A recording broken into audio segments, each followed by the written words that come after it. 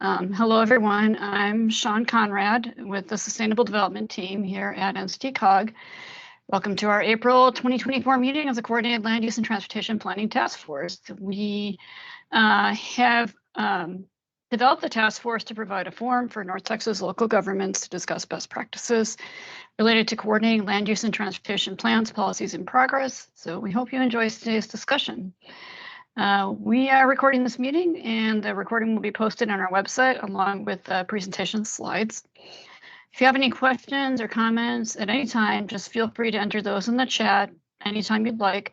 We'll also have a few minutes at the end of each section for questions, and then we'll also have some time for any other questions you'd like to share or thoughts you'd like to share during our panel discussion after all the presentations, time permitting. Next slide, please. Okay, today's meeting is the second of our 2024 task force meetings. We have two more meetings scheduled in 2024, July and October, and then the schedule is also available on our website. Next slide, please. Okay, our agenda to start today, we'll have a couple of local updates on near South Side and the NCT-COG's Reconnecting Community and Neighborhoods Grant funding award that we received. Then we'll move on to presentations around our theme, which is North Texas infill and redevelopment and transportation impacts. We've got presentations from Louisville, Dallas, and Garland. And then again, time permitting, we'll wrap up with a panel discussion and a few announcements at the end. Next slide, please. So to start things off, we'll hear from Mike Brennan and Austin James from Near Southside, Inc. So Mike and Austin, take it away. Okay, good afternoon, everybody. This is Mike Brennan, President of Near Southside, Inc. And we have Austin James, our Director of Urban Design. We are going to provide a quick update on the Vickery project. And we're going to start with this slide, which is not the Vickery area, but when we talk about sort of the vision for redevelopment in the Near South Side, Magnolia Village is the area that most people identify with. And this photo, now this isn't every day, this is at our Open Streets Festival, which we recently held. But this photo does show the ingredients that really are kind of the foundational anchors for our efforts. So that's the great old buildings and great new buildings that sort of follow the same set of time-tested urban design principles.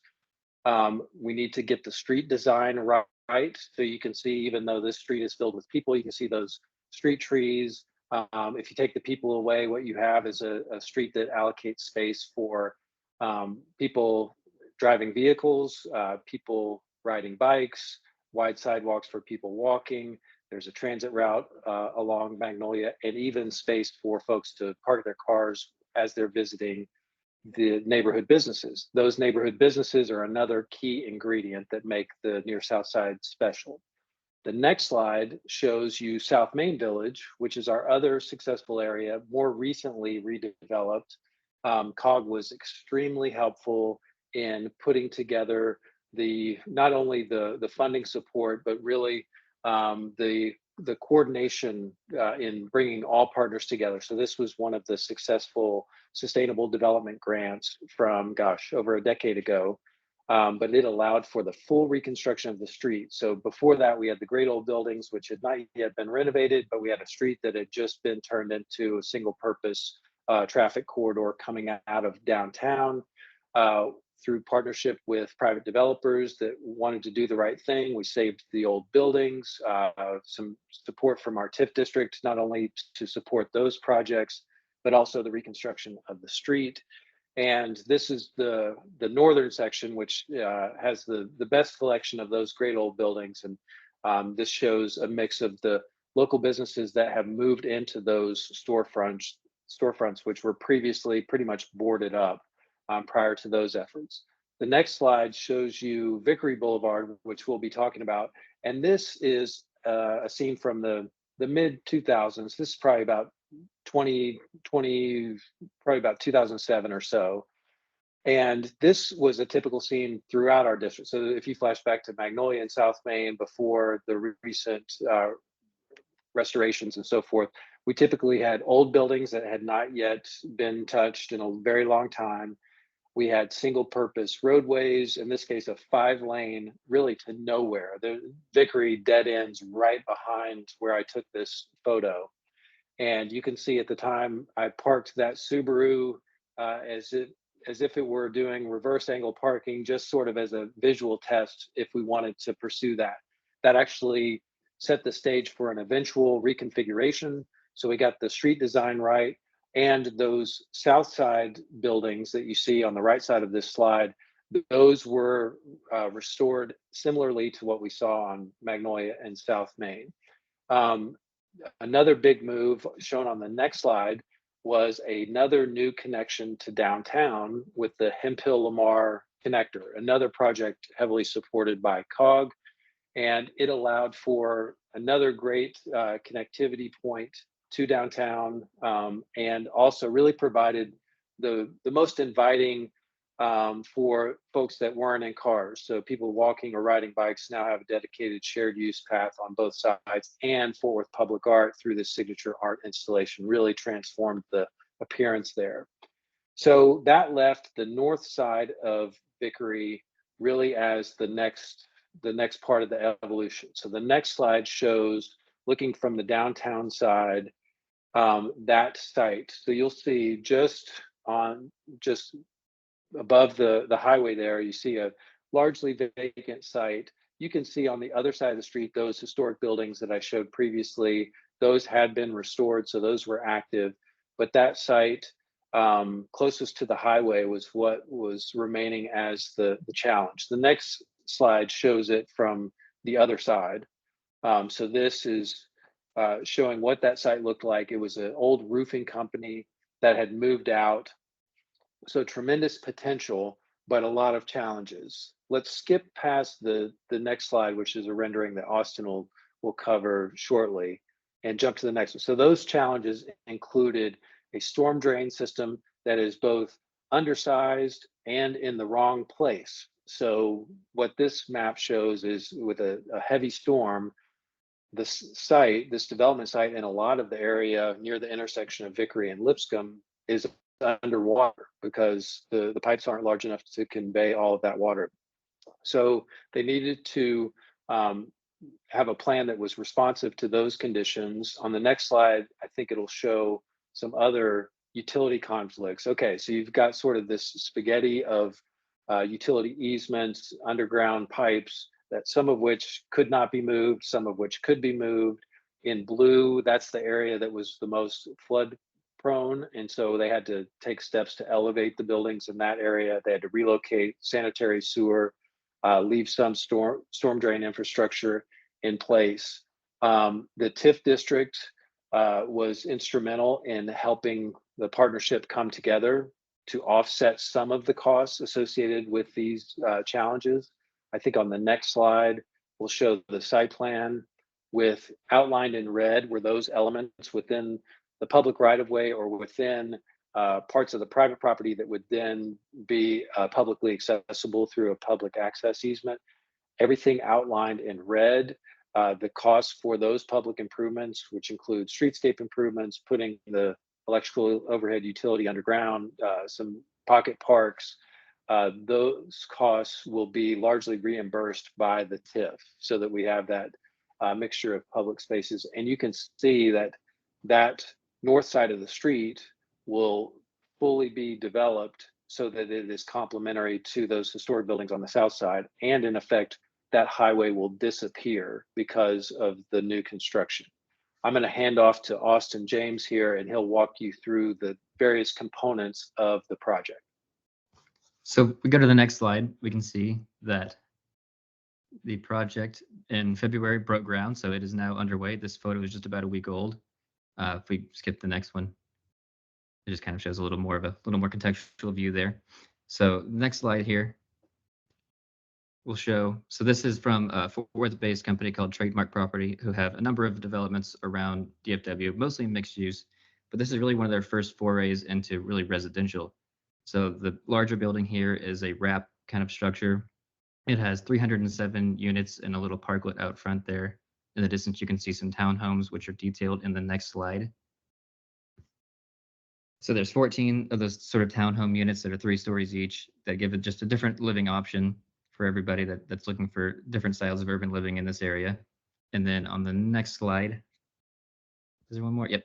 So there is, while it's mostly residential, again, you can see that larger wrap building there. There is a standalone 5,300 or so square foot restaurant space on the bottom left there. So there is a little bit of mixed use component, and you can also see those really great green spaces that we're really excited about. There's one just outside the restaurant, and then another kind of on the right side there. So that's a kind of an overview of what we expect to look like it when it's done, and it is underway now. So come back in a couple of years. Let me give a shout out to GFF, the architects that designed this. Really high quality for multifamily, which we've seen plenty of multifamily projects in our district, but we're very pleased with the quality of this and can't wait to see it go vertical soon. We'd be glad if we have time to answer any questions. We did not dwell on the proximity to TexRail, but that is immediately to the east. The terminus of the TexRail and the Trinity Railway Express lines to the airport and to Dallas, respectively, are at the TMP station, which is just about a block to the east of this site. And our entire district is really well served by the Trinity Metro's bus system as well.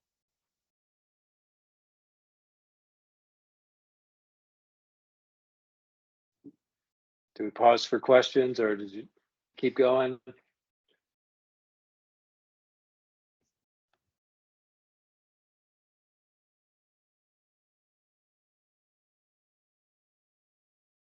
Do we have any questions? Is there an affordable component to the apartments or the townhomes? It's a great question. For this project, there is not. All of those units will be market rate. We're fortunate to have within close proximity, we already have a pretty good selection of projects that provide income restricted units. That is, typically the policy has been that, any project that receives public assistance, either through the TIF or through a tax abatement, that they would deliver at least a share of their units as income restricted. In this case, the TIF was really intended to deliver the streetscape improvements that would make Vickery a destination street, similar to the improvements that the TIF funded on South Main Street and Magnolia and Park Place and elsewhere. So it was really, the TIF was presented as a streetscape project, which happened to be constructed in partnership with a private developer. Whereas the TIF did not directly pay for the infrastructure costs on site, but overall it helped offset some of those costs in total.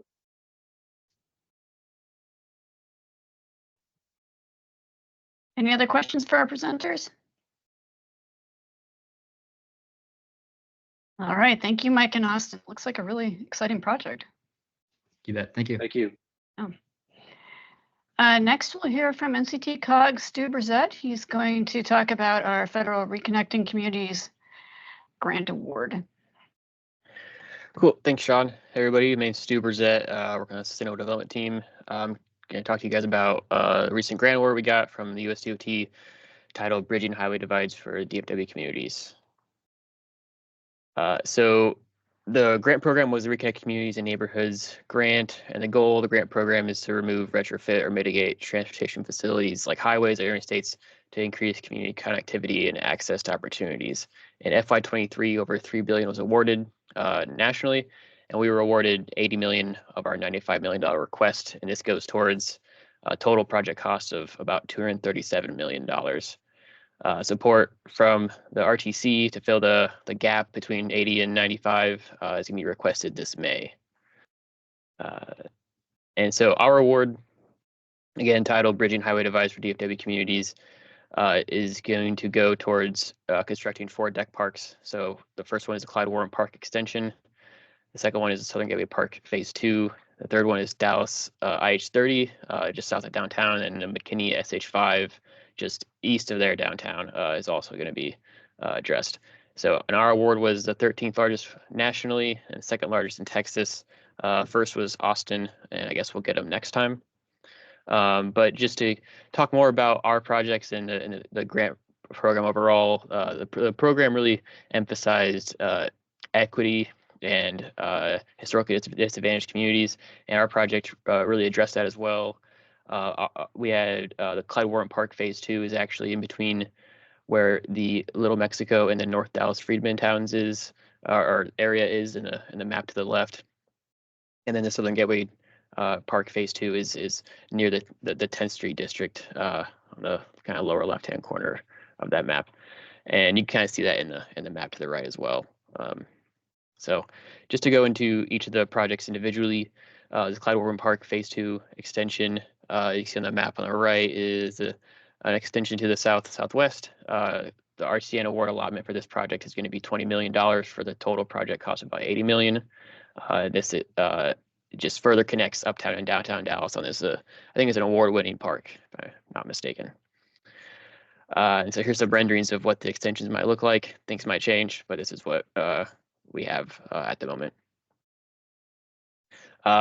Here's, and then the Southern Gateway Park is Phase 2 of that park. It's going to receive an RCN award allotment of $25 million for the total project cost of $67 million. And again, it extends it to Marsalis Avenue and reconnects Oak Cliff, which is a neighborhood in South Dallas or Southwest Dallas. And it's also by the Dallas Zoo and the Dallas Zoo light rail station. And here's a rendering of that with the nice pedestrian bridge. You can see the Dallas Zoo giraffe statue in the background. And now we have Dallas IH30. So this project is going to receive $20 million from the RCN award for the total project cost of $60 million.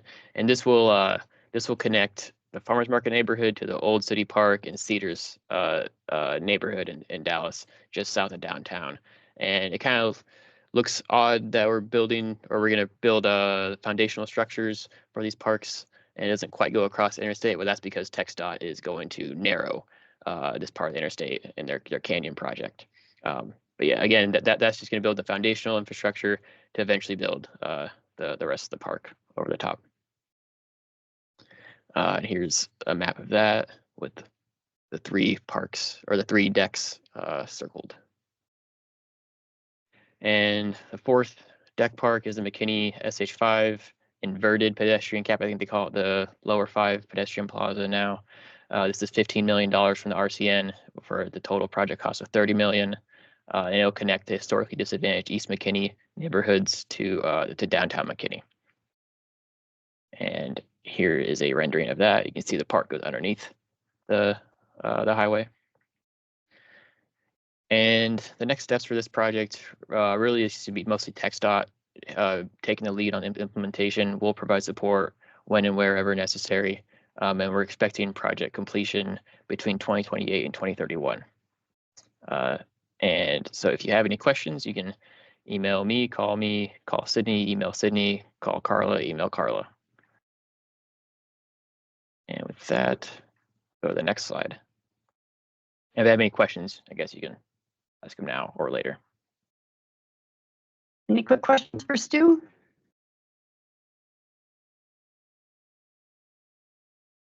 All right, thank you, Stu. We're all very excited about this funding award.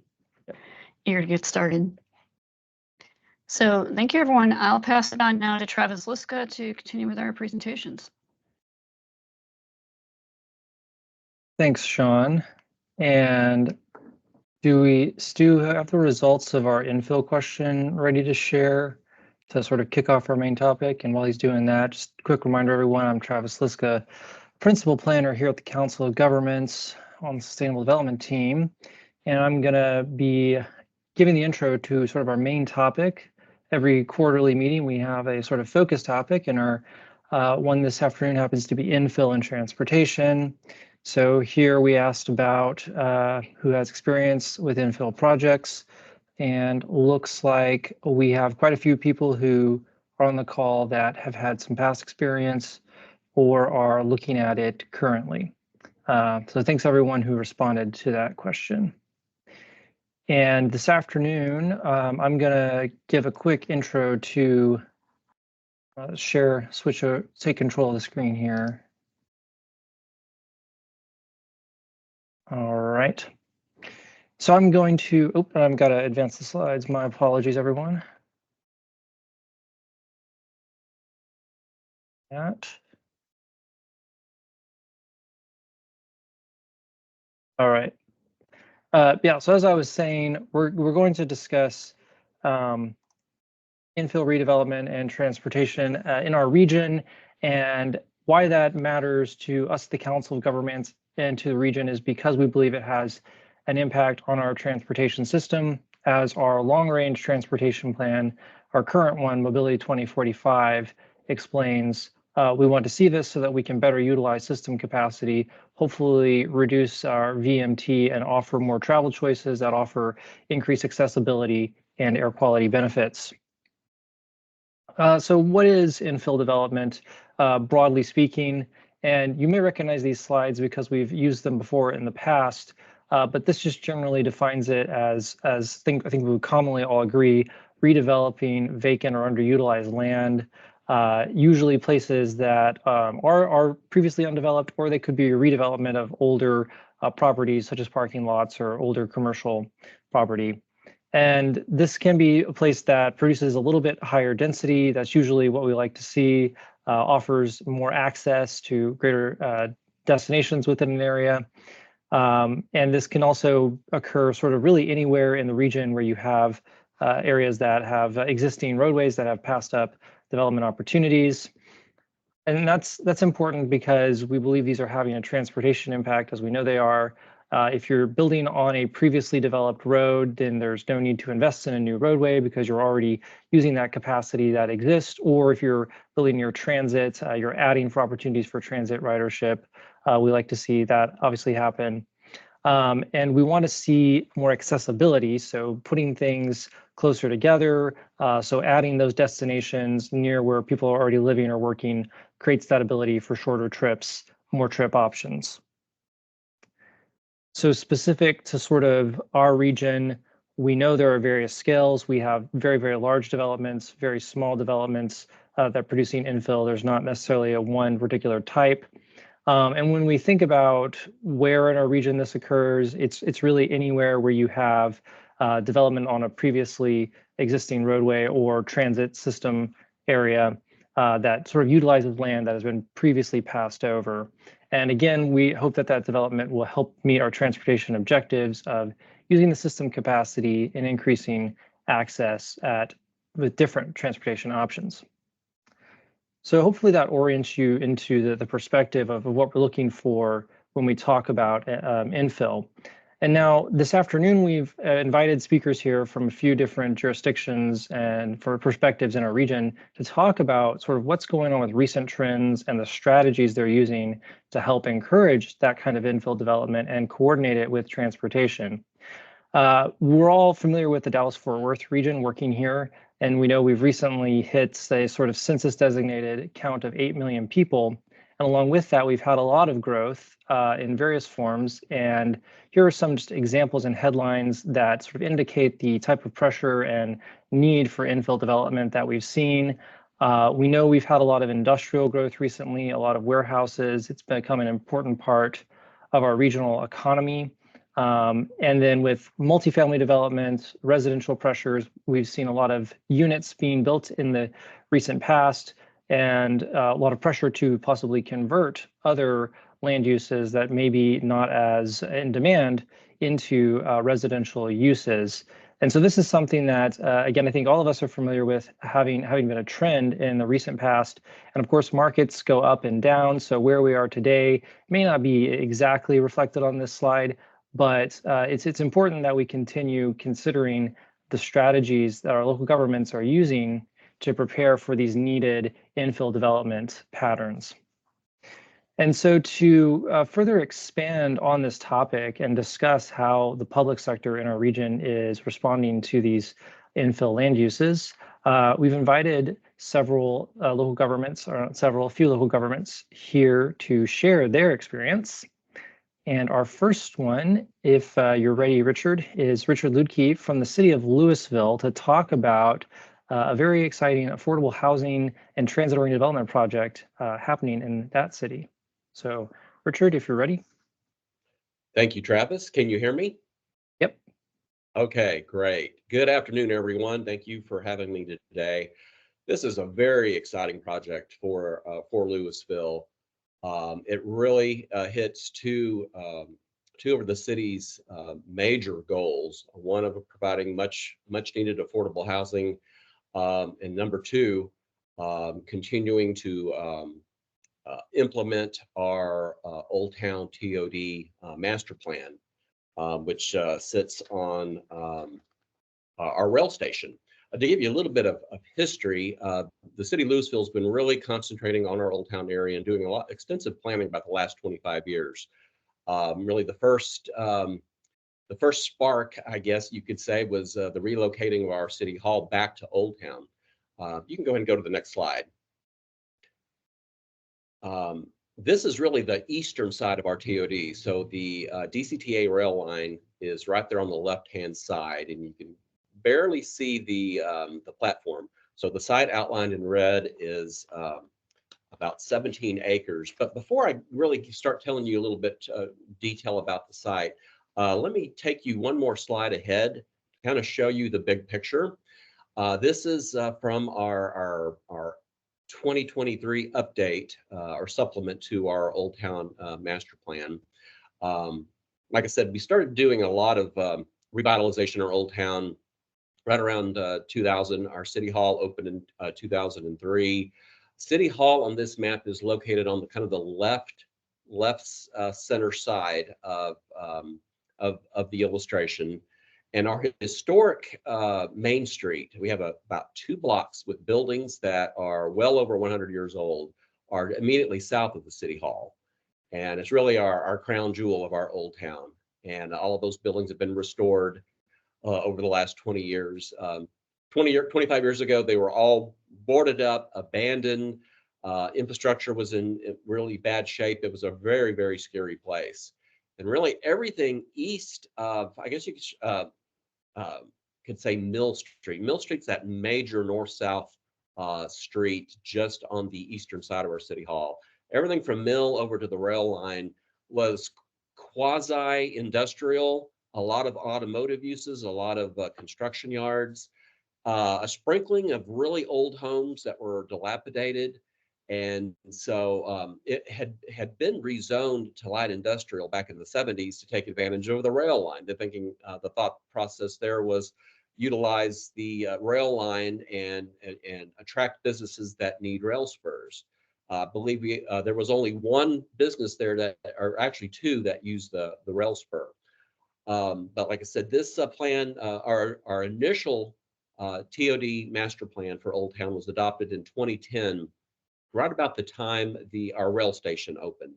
DCTA opened 3 stations here in Louisville, one here in Old Town, one up north, right on the shores of Lake Louisville, then another one in the southern part of the city, kind of to the east of the former Vista Ridge Mall. We call that area our Southern Gateway. But coming back here to Old Town, like I said, we've been doing a lot of work over the last 20 years, and really all the developments that have color on it are developments that are yet to come. So everything in white are the things that have been accomplished, and we've accomplished particularly a lot in the core along Main and Mill. Recent presentation talked about converting Main and Mill streets, reconstructing them to complete streets, and that has been hugely successful.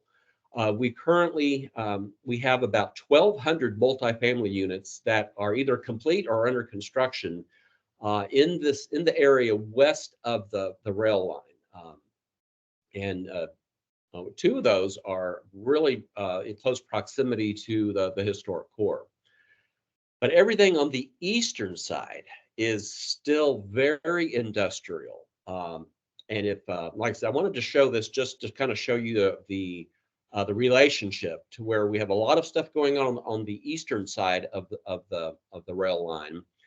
Now, the good news is the parcel between the tracks and the subject site outlined in red, that is owned by the Denton County Transportation Authority, DCTA. And they're wrapping up a master planning process and have really big plans for that 13-acre site. Their first phase will be building a headquarters building on the southern end of that. It's kind of illustrated by those purple footprints on the plan. And they're planning to build a very large headquarters building that will not only accommodate their needs, but it'll have additional space for other uses. So we're really excited about that, and they'll probably develop the rest of the site in probably at least 3 or 4 phases over time. So having the Ohala project, or the standard is what the project's actual name is. Ohala Partners is the developer. Right next door is really just kind of, fits in line for really spurring development on this eastern side. If you'll go back one slide, I think the aerial will also help kind of tell the story, what we've got in that area. Like I said, this shows this entire eastern area east of the rail station. And the site itself is 17.5 acres. It's was zoned heavy industrial district. And it, for many years, had contained a contractor's yard operated by Granite Construction. They were just occupying the southern 11.5 acres, and they were not using the northern piece of the property. So after the city had many meetings with Ohala, they were very interested in Old Town in general, and all of the really cool projects, the direction that we're heading, all the planning that we've been doing, and really wanted to be a part of all the redevelopment of this area. And they really did like the site, particularly its close proximity to the rail station. Its frontage on Main Street, its northern frontage on College, which is a major east-west corridor. And so they approached Granite Construction and made them an offer. And after their initial purchase offer, they kind of entered into a bidding war with a distribution warehouse developer. So that was very, very alarming for staff, because the site is zoned heavy industrial, so a distribution warehouse would be allowed by right. So we felt very vulnerable with the zoning.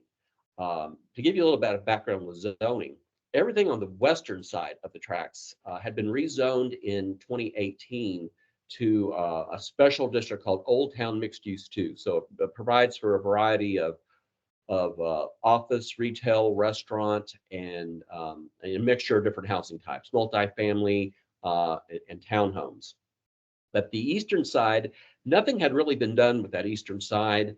It was one advantage is the fact that it did not have adequate infrastructure, particularly sanitary sewer, and that's really probably one of the reasons of development has been delayed.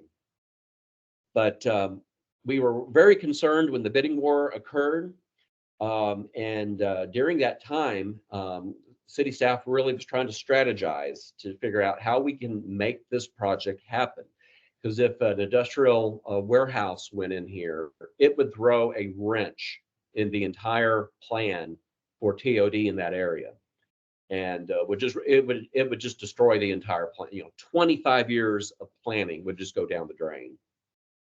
So we considered possibly, enacting a moratorium or do some proactive rezoning, but there were great risks with that. State code didn't really allow us to do a moratorium based on this particular situation, and we knew there'd be a great risk for a takings claim if we proactively rezone. So we focused all of our attention on negotiations with the landowner, with a big emphasis on economic development incentives.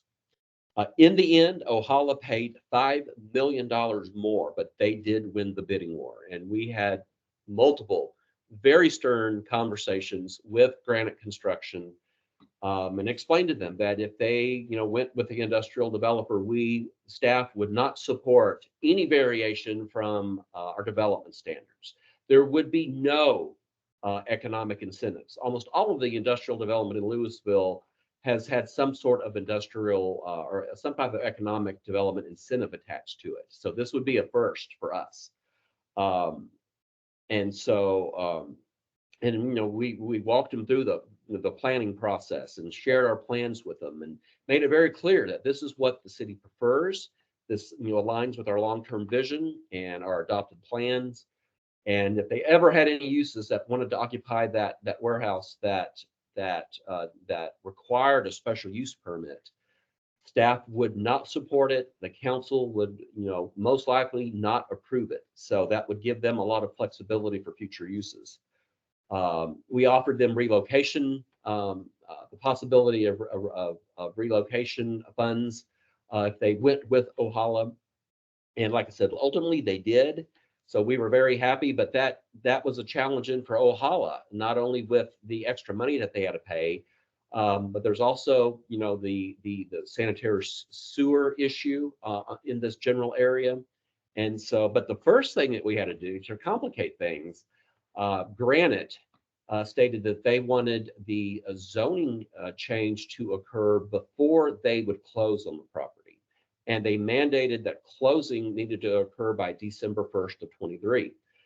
Most of this discussions were occurring, you know, last summer of 23. And I think it was August of 23 when they finally accepted the offer and placed these conditions. So we had 60 days to get, or actually it was about 90 days to get the work with Ohala to put together a plan development, undergo staff review, get it ready, do the, you know, associated public hearing notices before P&Z and council. I believe we prioritized that project and went warp speed through development review and got them on our last October meeting of P&Z for a recommendation. And of course, they recommended approval. And then it went on to the city council on November the 20th. So just in time to meet the criteria for closing. So if you'll go to the next page, like I said, is there's kind of a lot of background, or one more actually. That slide has a little bit more of the detail that I've been kind of explaining. Another big factor that I did overlook, what really brought this all together was in June when this was the city's first public finance corporation project for affordable housing. So the project itself it proposed was 600 units, half of which would be affordable. And so again, like the city council was very excited about that. They did want to make sure that it had a variety of housing types. And if you'll go to the next slide, I believe the next slide, this is the concept plan from the PD. So to walk you through it a little bit, it'll be done in 2 phases. So the southern 2/3 will be phase 1, and it'll include the buildings that are shown in the beige, the purple, and the green. So the beige colored buildings are traditional townhomes. Now again, these are all for rent, but they will be built in a townhome style, 2 to 3 story townhomes. The yellow building fronting Main Street, that is their clubhouse, and their pool will be right in that open space behind that. The purple buildings are small cottages. Some will be standalone, some will be attached in a duplex configuration. And then the green is kind of a hybrid townhomes is what we're calling them, but they will be 3 stories, and they will either contain a 2-level townhome that will have either a single story flat either at the bottom or on top. And so we were really happy with the variety. And then of course the red is going to be where the majority of the density is, and that is your traditional 4-story wrap. And again, like I said, that'll be the second phase. One of the things that we had to negotiate is, you know, one of the most important elements of the plan is a walkable street grid. So, you know, most multifamily developers like just internal parking lots. They like gates. They like, you know, controlled access. They don't really like to have a lot of streets going through. But luckily they worked with us. They realized how important that was to create the walkable environment. So they will be building the street grid, all the streets here shown in white. They will have on-street parking, street trees, wide sidewalks, and really the only area where we really had to compromise is the large surface parking lot that's in between the two rows of the green hybrid townhomes. So that'll be kind of a secure parking area. Everything else though will be public streets, and that will tie in. And as you can see, the new streets kind of are adjacent to the property line. So that will allow the opportunity for those properties, once they redevelop, they'll be able to tie in accordance with our plan. And again, like I said, we're so excited about this because this will really be the first spark to really start the redevelopment in this entire area. As you can see, there's a concrete batch plant right to the south. We are in discussions with those owners to relocate, and we envision that being probably, to make that project happen, will probably have to be some type of multi-story wrap type project. Luckily, to the southeast, you can see there's a large grove of native trees, so we definitely want to put a public park there. So we're working with that owner who wants to build some townhomes, but we want to preserve, a significant piece of that grove of trees for public park. Moving on, again, the parks are important. The next slide will show the locations of some of the parks, and they're shown in blue. We've got about 5,000 square feet of small pocket parks, and then they'll have a 2,000 square foot public dog park. So we realized it was very important to have those amenities that will complement the streetscape with the wide sidewalks and the street trees. Moving on, I believe the next photo is just kind of our artistic rendition of really kind of what the areas A and B will be the first phase. Area C, of course, will be the second phase. And I did mention too, like I said, we have a challenge with sewer, but luckily we, as part of the incentive agreement with Ohala, they will be designing and constructing the sanitary sewer that is needed for the area, and they'll be making an offsite extension, I believe about a mile to the east. We do have some capacity over there, and then we'll be reimbursing them for that. So that's very, very important, because that will open up sewer capacity for this whole area eventually. The line that it's connecting into will be very close to capacity when Ohala opens, but it can't accommodate Ohala. The city's also working on another very large project that will divert sewer flows in that existing line from Castle Hills, which is a 2,600 acre master plan community, golf course community that we annexed in 2021, one of the largest annexations in Texas. We'll be diverting that flow. That area has a population of 18,000 and growing.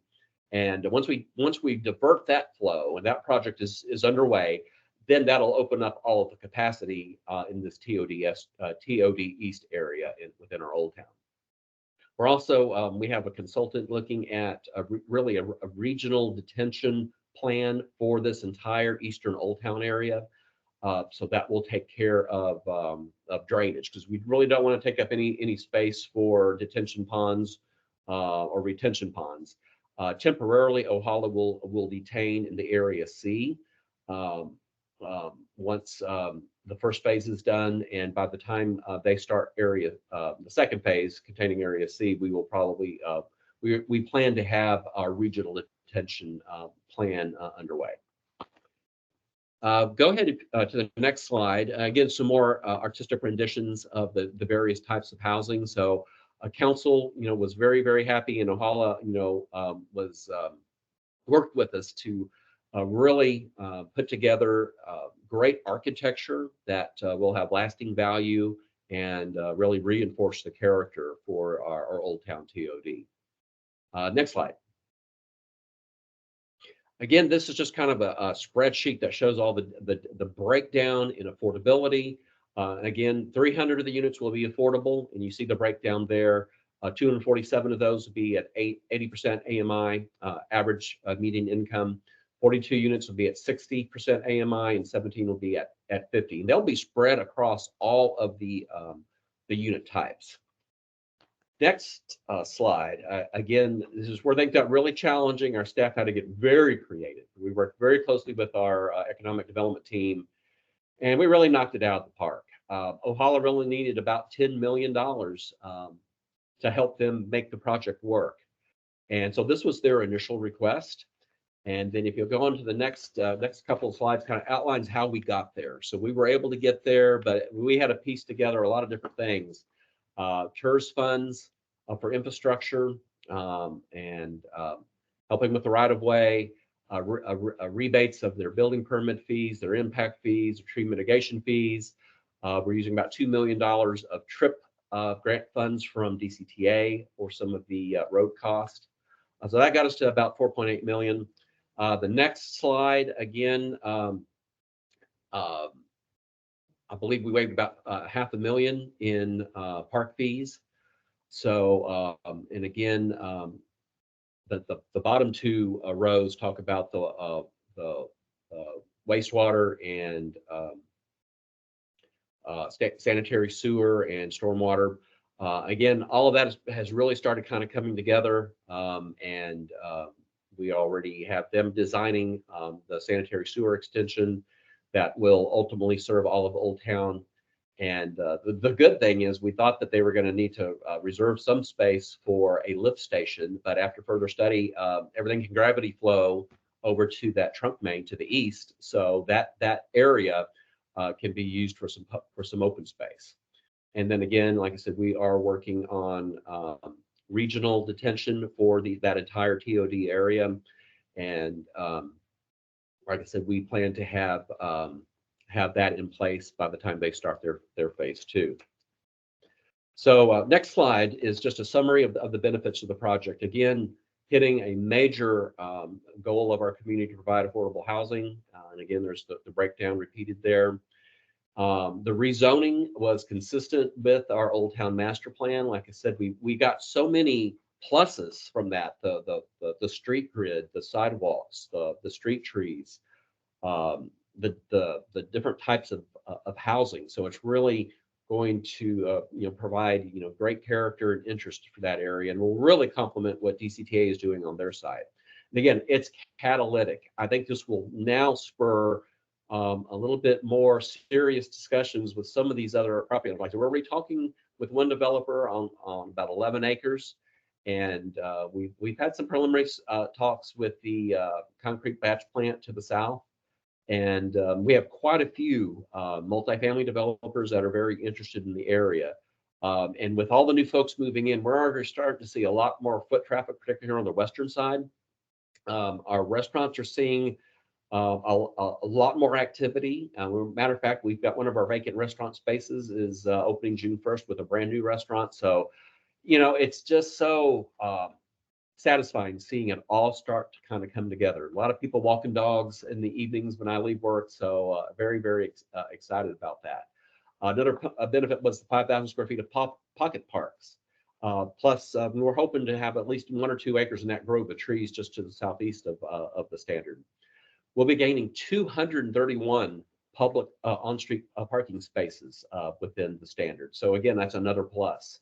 Another critical component of a successful TOD area. We're having the upsizing of our sewer capacity taken care of at the developer's cost. We will reimburse them, but they are able to build it a lot more economically than what the city could, based upon the bidding process that we have to go through. And then just to give you a little bit of detail on the PFC savings in the revenue, and again. We about $30 million in the next 15 years will be realized through rent savings, about 24 million, and then the city will gain about 5.1 million in other revenue. And so that 30 million is much greater than the 27 million in property taxes that are being waived or abated. So that equates to a 108% return on the public benefit. And of course, the city council was absolutely thrilled with that. And then if the project does ever sell, we will gain an additional 1.25% of the gross sale proceeds. So again, it was truly, last year was a roller coaster ride with our zoning issues, with our infrastructure issues, and then just the whole issue with the zoning that's in place, and the bidding war. That really was quite stressful for staff, but luckily it all came together according to plan. So again, we're very proud, and we hope this is just the first of many other TOD projects that we'll be able to share with this group in the future. So with that, I'd be glad to answer any questions. Thanks, Richard. That was definitely almost a master class in the many tools of public-private coordination to see development happen. You know, I was looking for examples of infill development. I didn't realize the complexity behind this particular infill development, but I think you illustrated very well the many things that can come up when you're doing infill in a previously developed area that was formerly industrial. You know, the sewer alone is one aspect to not be neglected that I know often can come up. We do have one question in the chat. Luis Tamayo was asking about why was it priorly in zoned industrial? And I think, as you mentioned, there was that thought of utilizing rail spurs. Right. Yeah, much of our city was zoned light industrial back in the 1970s. In a way that was fairly wise, because Louisville has a fantastic tax base for businesses. Very large areas of our city are zoned and have been developed, as distribution warehouse, and various national companies are located here, because we are at the crossroads of 35E and State Highway 121. So from a transportation point of view, we're in a very strategic location, and we were able to capitalize on that. But they kind of went overboard with light industrial. Most of the vacant land was zoned light industrial, and they really, the thought process back in the 70s was, if we get pressure from developers for residential, well, we'll just downzone if they request it. And most of the western side of Louisville, west of 35E, was rezoned from time to time. We still have a few conflicts where some early industrial went in, and then it got rezoned. The areas are completely surrounding it got rezoned to residential, and so now we got kind of a use conflict there. A lot of residents complain about trucks backing up and beeping early in the morning when they're trying to do their business. So that's kind of one of the drawbacks from that.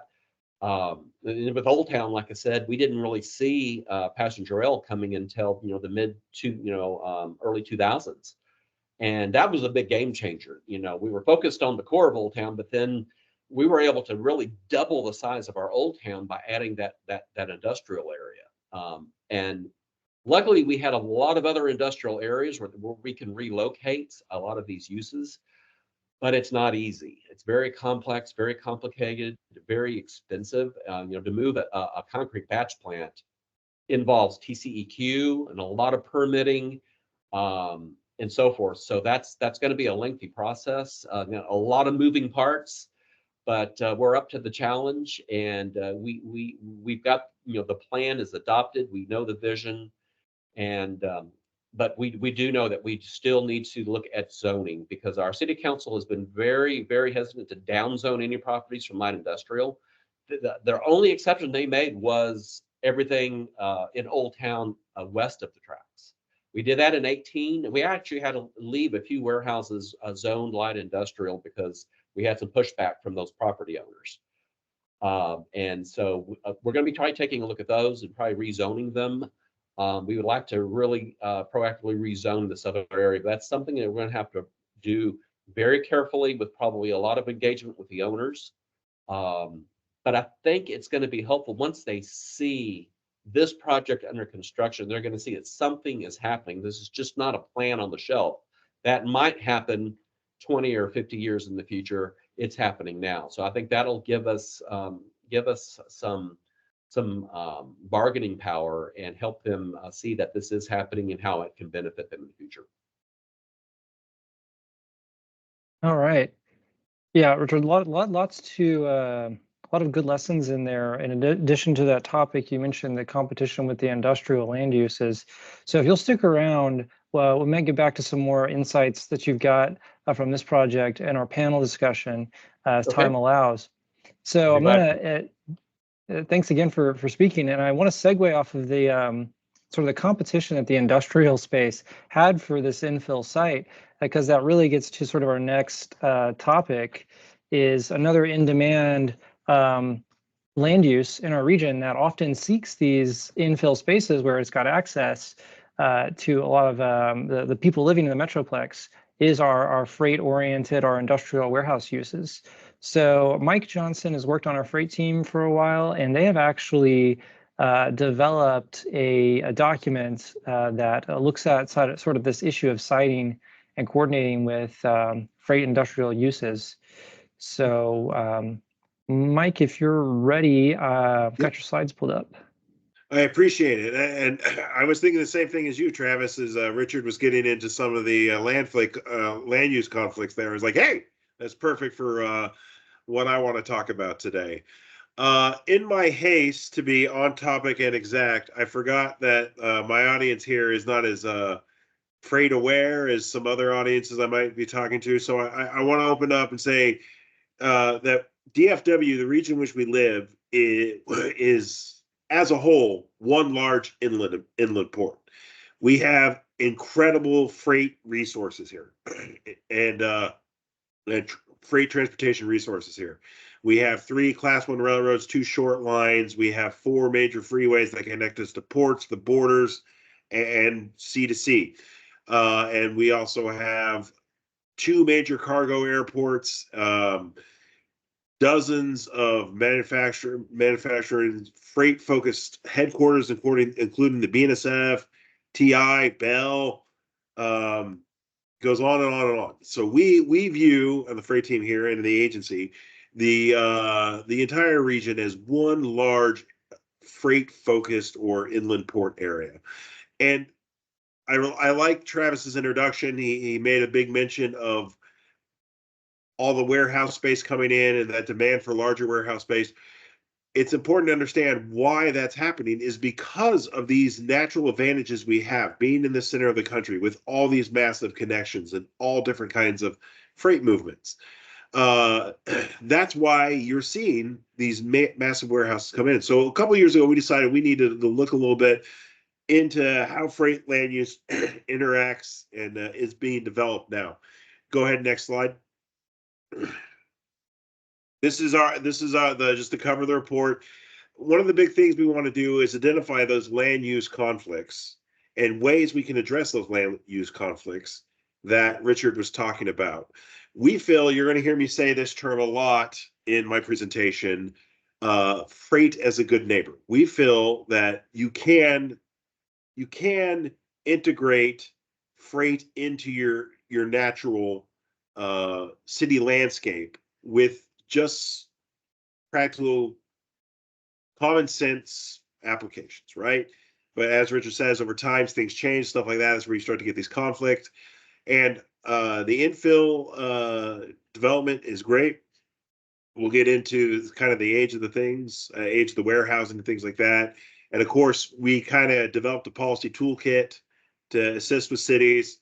And I'm sure Gus next will tell you how none of that's going to work. No, just kidding, Gus. Go ahead, next slide. So one of the big things, I love Travis's introduction, and you see it in Richard's as well. We are growing at an incredible pace in our region. And that means all kinds of implications. In terms of industrial, we are becoming more urban, and that changes how we can deliver goods and how goods interact with our built environment, our road system, and everything. We also see a lot of customer trends.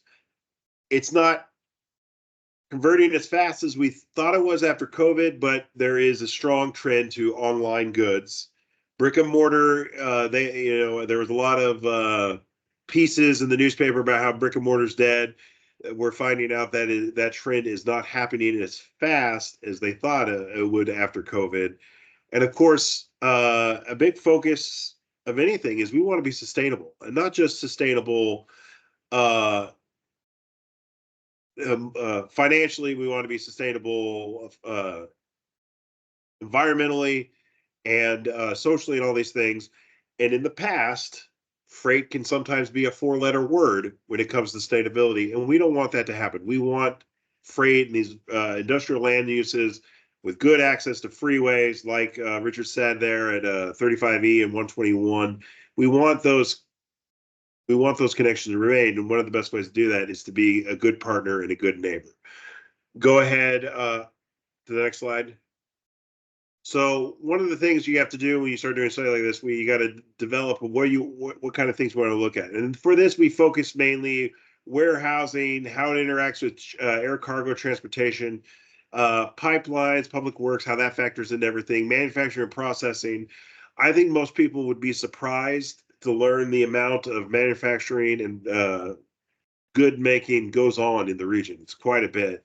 And of course, we boast 4 rail intermodal facilities. UP has 2 in South Dallas and Mesquite. CPKC has 1 in Wiley, and of course, BNSF has their Alliance facilities.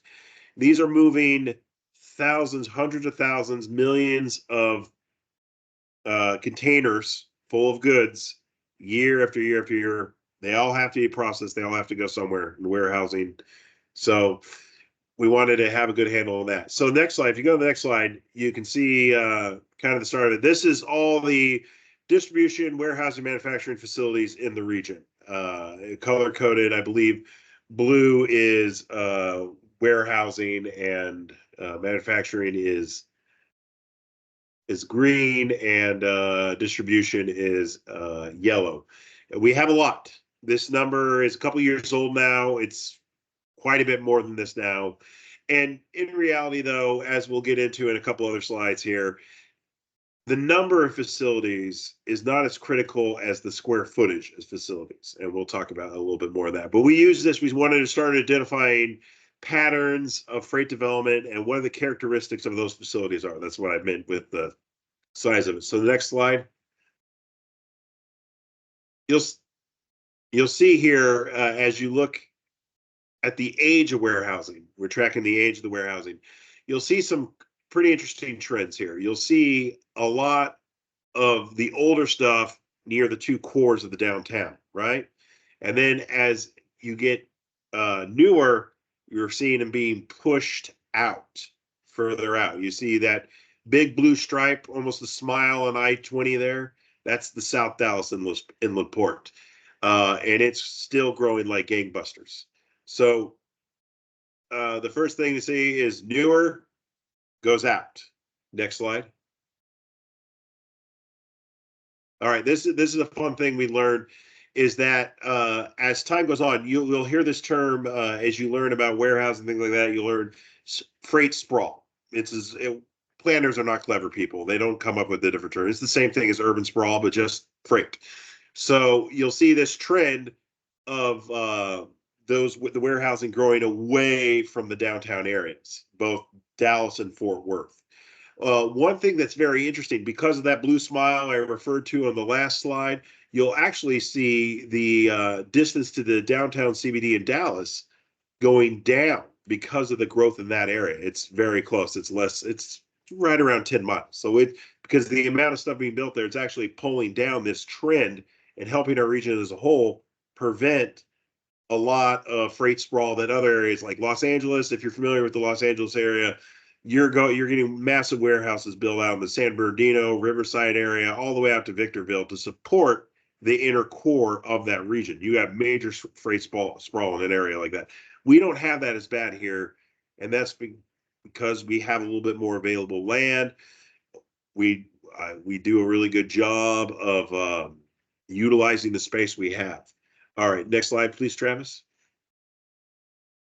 So this is the one I was alluding to earlier. This is the average square footage of warehouse in the region. You can see in the last 20, 30 years, it's exploded. The demand for large scale facilities is intense. And there's a few different reasons for that. One big one, obviously, that everybody likes to hear about is automation. You got to have room for the robots and everything to operate, and scale it at different sizes and things like that. So people get really excited about that. But the reason why I point this out is this, in terms of the discussion of infill, this gives opportunities to people like Richard and others who are looking to take advantage of older warehouse space. Like in the first presentation update, you saw what the street looked like before redevelopment. It was a bunch of small scale warehousing. Well, the industry is moving away from that. They want some large scale.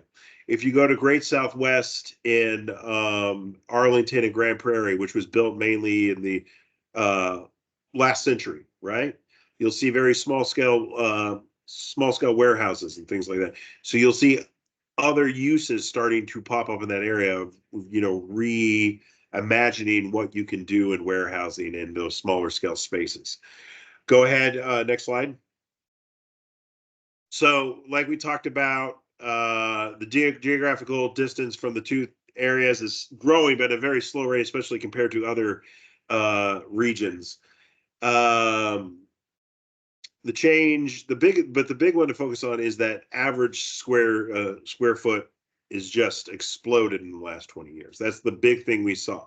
So if you go ahead and go to the next slide, Travis. So we wanted to not just say like, hey, yeah, we had a lot of warehousing. We wanted to see where we had conflicts, right? Where are these issues arising and why are they arising? So we started to look at that, and it mostly is safety, quality of life, environment, and freight performance network. You will find, we find it shocking, I'm sure Gus can talk about this for a while, is these massive freight facilities will get put on roads that can't support trucks. I don't want to throw the city under the bus, but if you're aware of the new Walmart facility on Beltline, it's a very big facility and not a very big road. So we need to learn from lessons like that and be better at preparing for freight and then making freight more sustainable in those areas. So next slide. So we started to develop these areas of concern or land conflict areas. And these are the kind of things we were looking at when we rated them and graded them. We went out, it's not an exhaustive list. We did not go out to every single warehouse in the region. We tried to focus on specific areas where there's a higher concentration of freight. South Dallas, Alliance, the Grand Prairie, Arlington area, south of the airport, north of the airport, South Fort Worth, where we had North Fort Worth right along 820, where we have some major warehousing grouped together. We call them freight-oriented developments. So there you have good neighbor strategies. There's there sidewalks, pedestrians, paths, and we like to say this, Gus is going to make fun of me if I don't, with room, right? We don't want trucks right next to bicycles in a bike lane, right? What we're trying to do is create a buffer. Good example of this is in the Center Point area in just south of the airport, just south of DFW Airport, where they have put in bike lanes and pedestrian features, but they are on a scale that matches with the surrounding land use of freight. We find very, very effective good neighbor strategies are raised burns and supporting vegetation with that. Create a physical barrier between the industrial development or the warehousing and the other developments around it. Sound walls, Richard talked about the beeping that was bothering residents. Sound walls are obviously a very effective mitigation against that. High quality fencing, once again, that physical separating, and then buffer zones. Like you have some commercial in between or light industrial in between your warehousing and your residential or not compatible land uses. Site design is also very important. Where's the lighting? How are the loading docks? Are the loading docks facing the houses? Because you can have an industrial site or a warehousing site facing the street, but if the bays and stuff are not, it's going to cut down the noise and the traffic coming in and out on that side. You have an alternate entrance for that facility. It's going to cut down on a lot of that noise and air pollution and things of that nature. Freight-oriented developments. These are developments where you have lots of freight. South Dallas is a perfect example of that. South Dallas County is a perfect example of freight-oriented development. The focus is around these warehousing, the manufacturing, these things. You have to make sure that the infrastructure is proper for that. Railroad infrastructure is a whole category of its own, making sure that the railroad infrastructure is safe, that it is human scale friendly, all those things. And of course, as we talked about earlier, road infrastructure is huge. Trucks are extremely hard on the roads. They damage the roadways. So you have to make sure that there is the proper, or the scale of the road is large enough to handle trucks before we start bringing in these giant warehouses and things like that.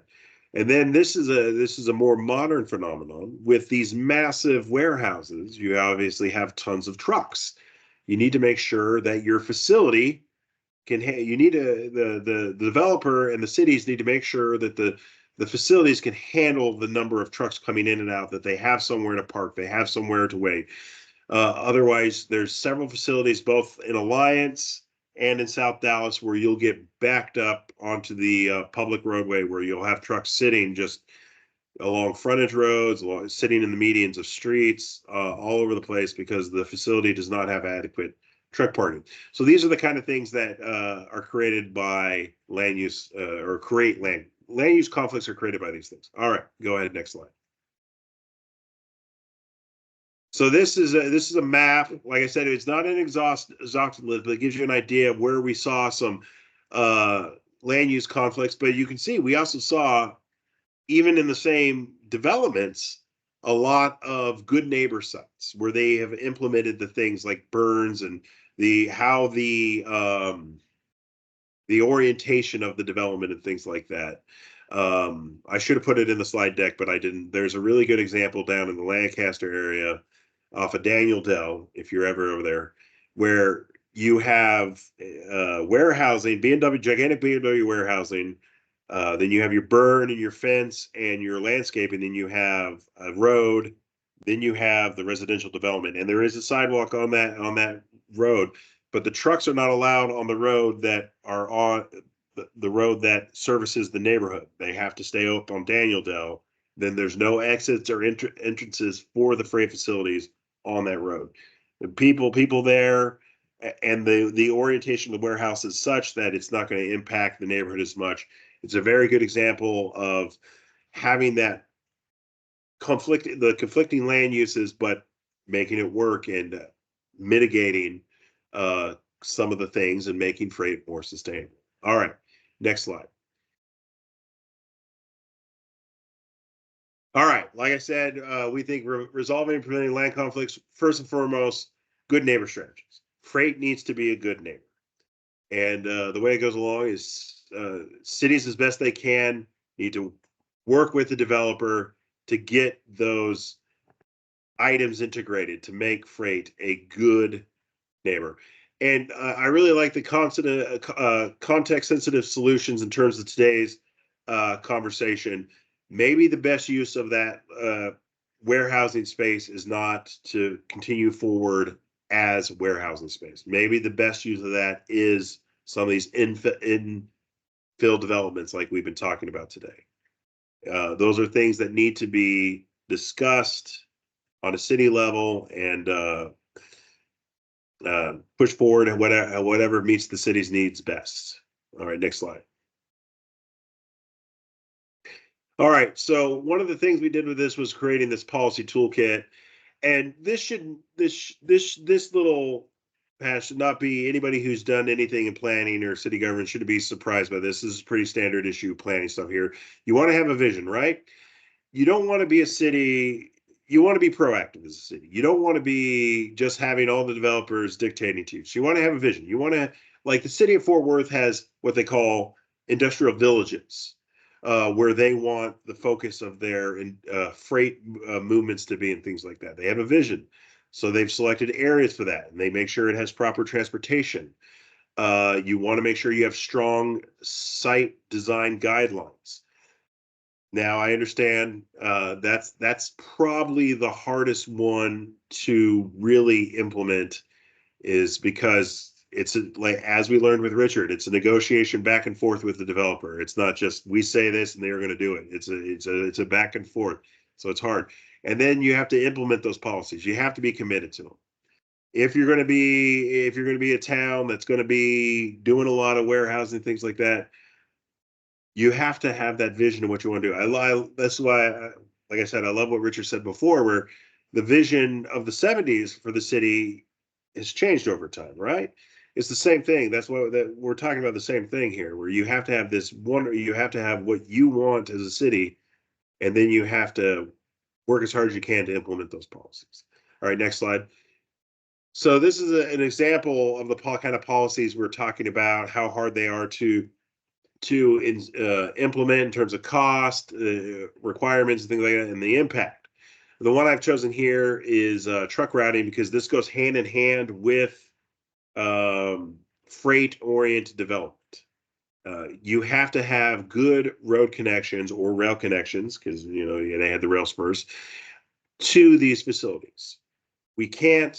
This is an important part of making sure things are sustainable, are going to be usable long term. They're going to have minimal impact to the surrounding environment, is making sure that the routing is correct in and out of there. And trucks and truck drivers are aware of that routing and want to take that routing, that it is. So as all of you guys know, especially on the city side, trucks and truck drivers are like water. They take the easiest path available. So we want to work really hard to make the truck route the easiest path available to them. With that, and we do that with things like favorable intersection geometry, sufficient bridge height. We want them going in things where they have the right capacity, all those kind of things like that. Not a lot of interactions with the railroad, and of course, we're not saying put the bike in, like I said, like we want to see bike and ped infrastructure. And believe it or not, so do a lot of the people that work in these facilities and the drivers in the truck themselves. Drivers take their bikes with them when they go all over the road, and they will use trails and stuff like that if they are available when they have some time off. But we're not saying build it right next to them, with a few delineators. We're talking about, you got to think about scale. It's not downtown. We're in a little bit where you can spread out a little bit more. These are things that make the routing more sustainable, things like that. All right, next slide. Yeah, so the key findings of the analysis, you guys saw on the map, the southern portion of State Highway 360. It has a lot of land use conflicts. A lot of that has to do with the age of the facilities. Like I talked about, that Great Southwest Industrial District was built at a time that things were a little bit different than they are now. We understand a little bit more about freight as a good neighbor. City planning as a profession has grown in the DFW area since then. People are much more responsible and much better. There's a lot more resources out there than there was before, so that has all helped. Like I said, that vision is really big. What do you want to do with your open space? And then, of course, the policy toolkit itself is the main goal or the main feature of the report itself. Next slide. All right, well, I've exhausted myself, but if you have any questions, I'm more than willing to answer them. Thanks, Mike. A lot of good information in there. Definitely some data takeaways that I didn't even realize. And I love that you guys have the land use kind of good neighbor strategies in there that our cities can use that no doubt have been used various places. So I would definitely encourage everyone who's watching this to reach out to Mike if they have questions. I put the link to your study there, Mike, in the chat, so we can grab that as well. Yeah, I definitely learned a lot. I didn't realize there were any 100-year-old warehouses in the region that haven't been converted to breweries yet. So some very interesting stuff there. Yep. But yeah, well, I'm going to go ahead and ask Gus to join us and talk about what's going on in Dallas, because kind of everything in Dallas is infill and comes with its share of transportation issues. So Gus, tell us your thoughts on this topic. All right. Well, thank you. I mean, I think Richard and Mike did everything. So and covered everything that I wanted to cover. So not much to add to what they had to say. So I'm taking a slightly different approach, is more of the 30,000 level approach to this instead of being very specific. So I'm going to talk a little bit about the challenges, if you will, what Mike had talked about, and certainly what Richard had laid out in his case-specific project. So just a couple of years ago, we adopted our strategic mobility plan and changed the approach on transportation from being auto-centric to more of a catalyst for economic development, housing, innovation, environmental sustainability, and then we added the equity component to it, as well as safety and innovation. The key here is we needed to make sure that, as like Mike had mentioned, is Southern Dallas is becoming the hub of all these manufacturing facilities and warehouses, then it's an equity issue, because that area is primarily in the has underserved communities, and obviously the challenge there is the current land use and what is happening in that area, and I will cover it here shortly. So the other item is the fact that, if you go to the next slide, because it's got all that next one.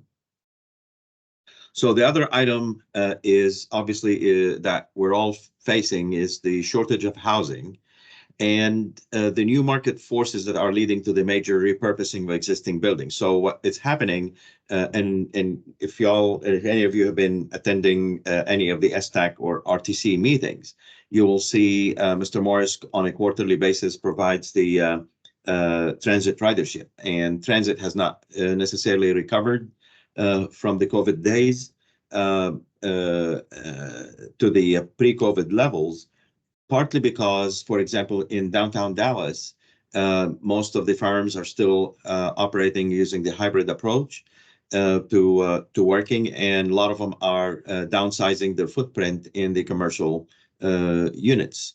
So what has been happening is that a lot of these buildings in downtown Dallas are being converted into into residential buildings or mixed-use buildings, which is basically causing a change in the roadway infrastructure. And when I mean roadway infrastructure, I'm meaning also not only access to the roadways for cars, but also improvements to the pedestrian facilities, micro-mobility for and then bike lanes, so scooters and bike lanes, as well as the utilization of the curb in downtown Dallas. So that is impacting how we use it for loading, unloading, and other services, and so on. So that is, again, presenting us with some new set of challenges.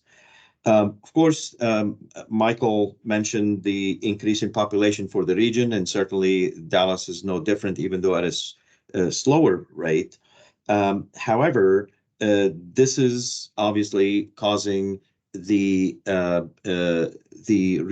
repurposing, if you will, some of the smaller warehouses that are currently situated or available in neighborhoods, in addition to the larger ones. So two things or three things have been happening lately. Number one is when we have been reviewing the traffic impact analysis from any investment who is basically wanting to put in a large facility. They have been wanting, for example, a distribution center when they have been using traffic generation from ITE that is for warehousing. So both are not the same. And therefore, when we have been questioning and the reasoning behind the assumptions, we're finding out that and their consultants, the consultants who are working on these things, are finding out, okay, it is different. So that has been problematic. The other thing is we have roadways in the city of Dallas, like Michael had mentioned, either they're not designed for such large investments, and also they're not even on what we call the designated truck routes in Dallas. And Michael mentioned also the increase in activities for warehousing in the southern sector.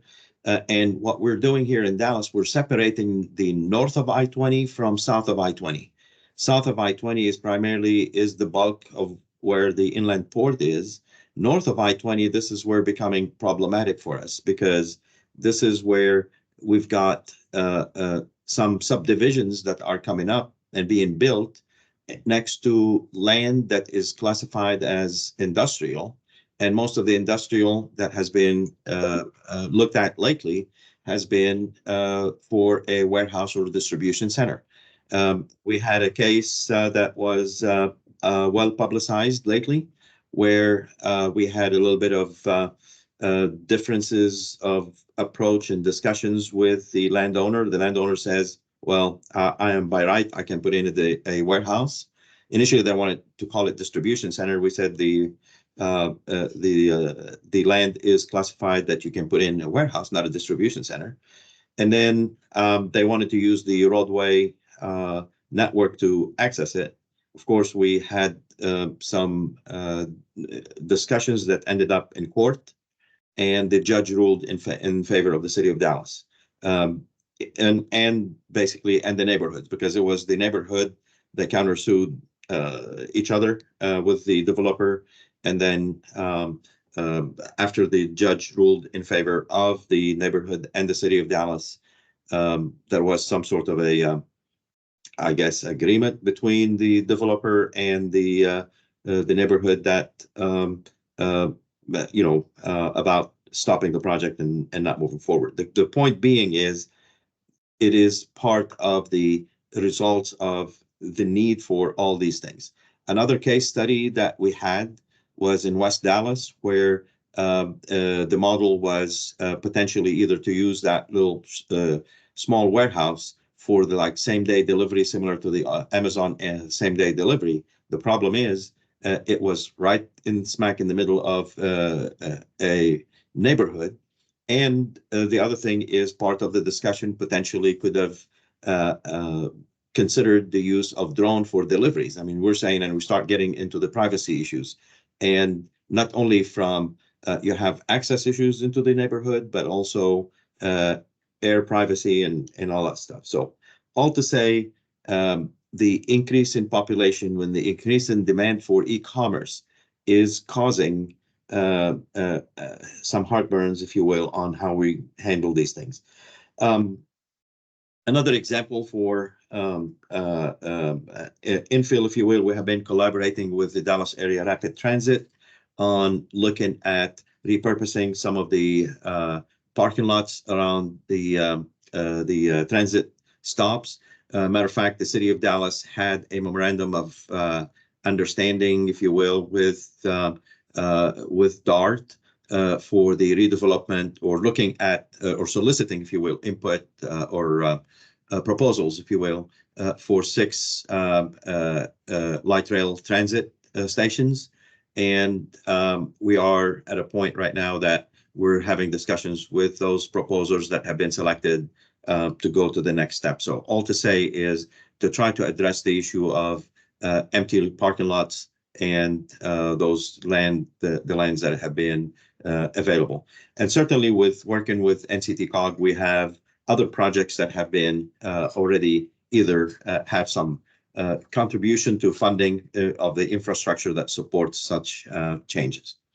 So as I alluded to, and again, Michael and Richard kind of talked to, is next slide, please. I summarized basically the key impacts that we have to look into when it comes to infill. Number one is, what would that do to the vehicular access? Basically, like I said, is in downtown, when you have a building that used to be commercial, 8 to 5, and then it's specific, and the movement is predictable. Then when you change it to mixed use and primarily residential, and if that building is not necessarily very close or within walkable distance of a DART station, so then will the new occupants have or want to buy cars, or would they want to use micromobility to go from the building to a light rail station? Do they want to walk? What happens when we put in bike lanes in downtown Dallas? So, for example, we have a project that is what we had federal funding for. We're finishing it up, and we're getting emails left and right from people not wanting it, because now it's saying, well, it's gridlocking downtown. So definitely this is becoming an issue. The other thing is, Michael alluded to the fact that we've got some roadways that have trucks or freight, but yet they have bicycle lanes on them, or potentially bicycle lanes. We have one that is upcoming in the Deep Ellum area that we're going to have a major discussion about that, and again, to see what's going to happen there. Pedestrian access. I don't know if y'all have been hearing what has been happening here in the city of Dallas. There was Encore wanted to renew their utilities agreement, franchise agreement with the city. Before we renewed it, the issue was their utility poles that are in our sidewalks that are potentially causing ADA issues. And that created also, to be fair with Encore, also, what about our fire hydrants, and what about our streetlights that are owned by the city of Dallas? So now we're having to go in and understand basically what is happening and what needs to be done to these poles and to these obstructions in areas where we've got sidewalks and the clear distance is less than 36 inches. So this is becoming a big item, but generally speaking, we all support the approach of looking at it and try to address it. We're not trying to kind of hide the issue. We've got challenges in some locations, but it has to be addressed.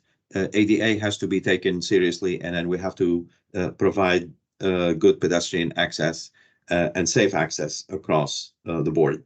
Micromobility, like I mentioned, again, as part of the last mile movement, even our public improvement districts, as much as they are concerned about the potential or minor violations, if you will, of these of the riders of the scooters, but it is an integral part of that last mile movement, especially for those who live in downtown and want to go from say their new apartments to the like a DART station or DART bus locations. Parking is becoming also a big topic of discussion. In 2020, I informed the zoning commission is that while I do support the reduction in the minimums, because I think the current minimums are very high, and then you will see a lot of empty parking lots.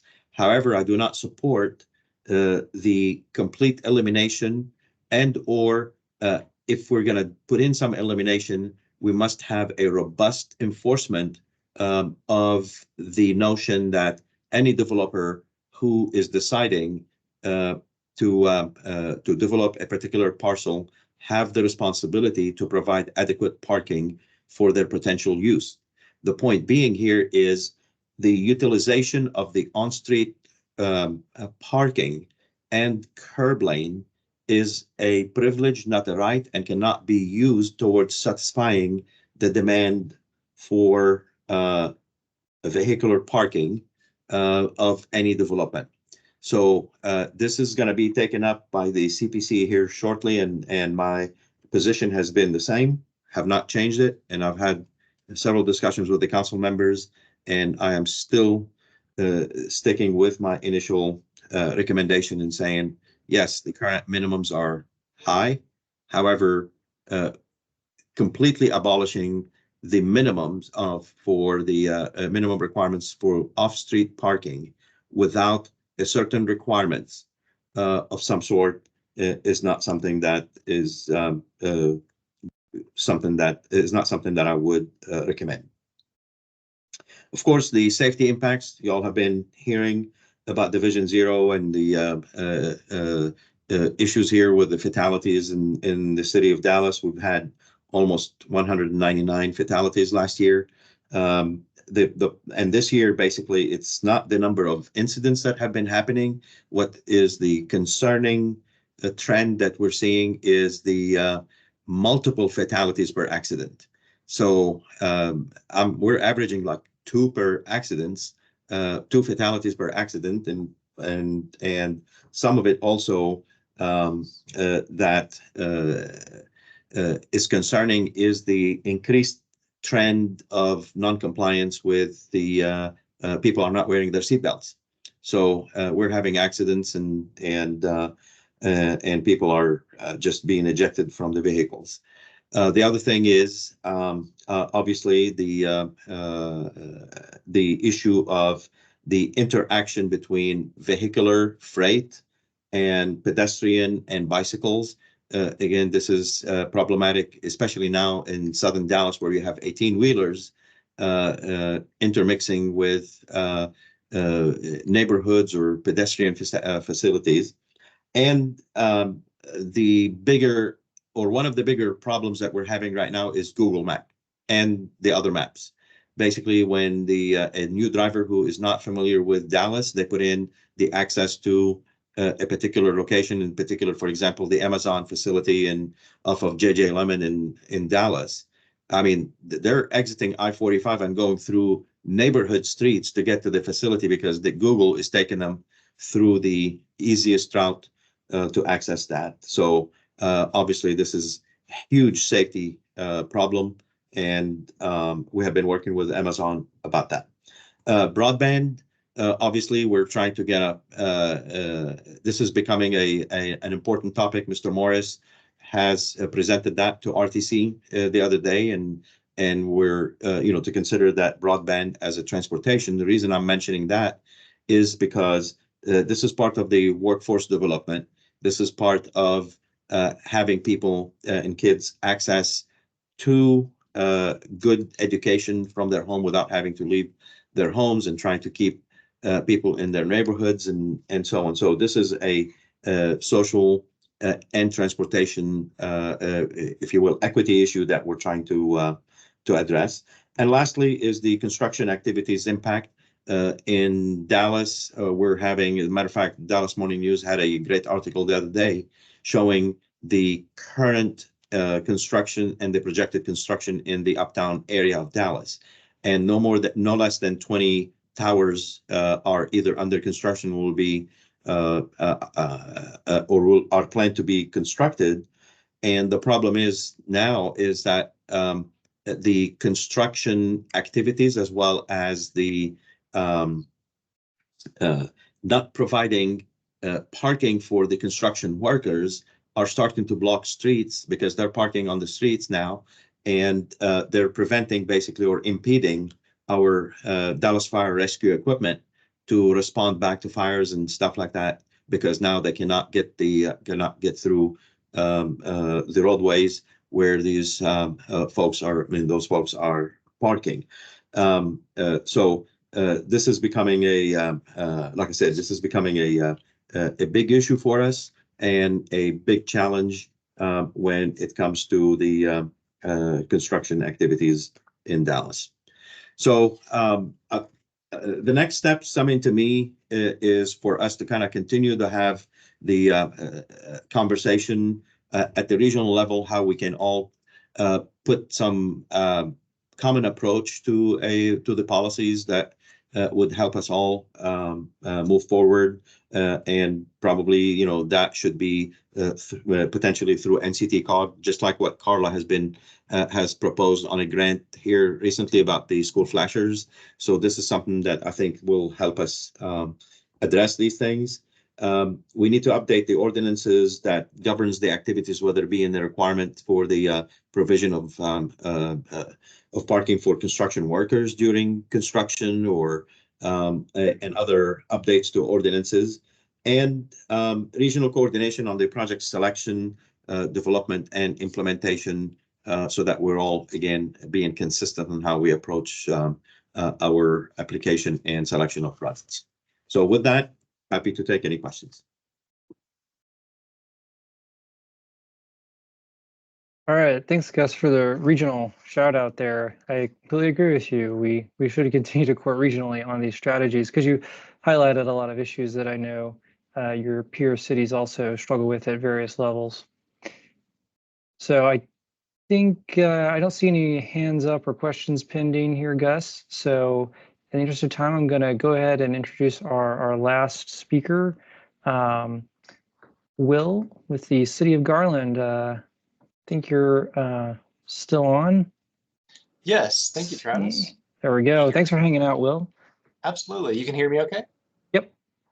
Okay, wonderful. Well, thank you for having me. I'm Will Guerin, Director of Planning with the City of Garland, and I'm going to be talking about a couple of commercial to residential conversions in our general downtown area. These were some pretty neat projects. I will preface it by saying these were both private developments. There was some city assistance in some ways. I'll kind of go into that with each project, but for the most part, these were, you know, private developments. But I can at least speak to it, having, you know, been part of the review process and those sorts of things. But neat projects nonetheless.